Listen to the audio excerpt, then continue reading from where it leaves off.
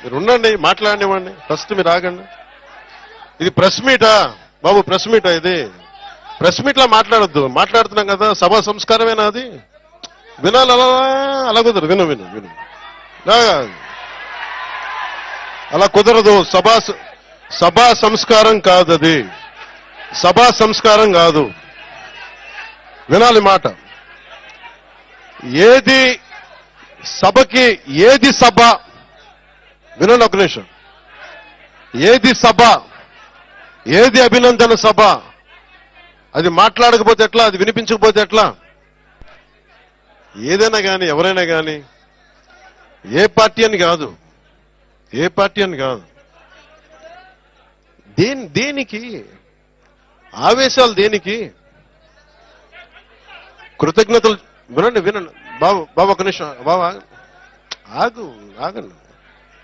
ఇది ముందస్తుగా కృతజ్ఞతలు చెప్పుకోవడానికి వచ్చాం. సమస్య ఏమైపోయిందంటే పవన్ కళ్యాణ్ అనగానే అందరికీ అలుసు చులకన అయిపోయింది.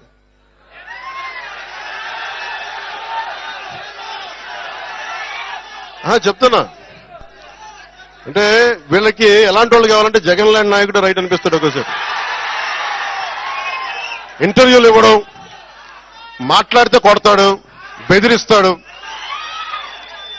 వాళ్ళ దగ్గర భయంగా ఉంటారు, వాళ్ళ దగ్గర బలంగా ఉంటారు. ఇట్లా చేతులు కట్టుకుని కూర్చుంటారు.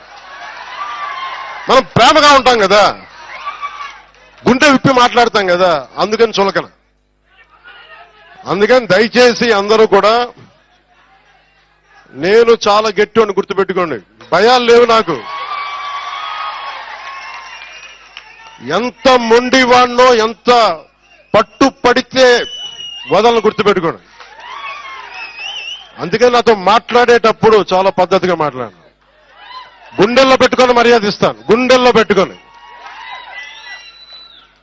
నియమాలు పాటిస్తాం, ప్రోటోకాల్స్ పాటిస్తాం.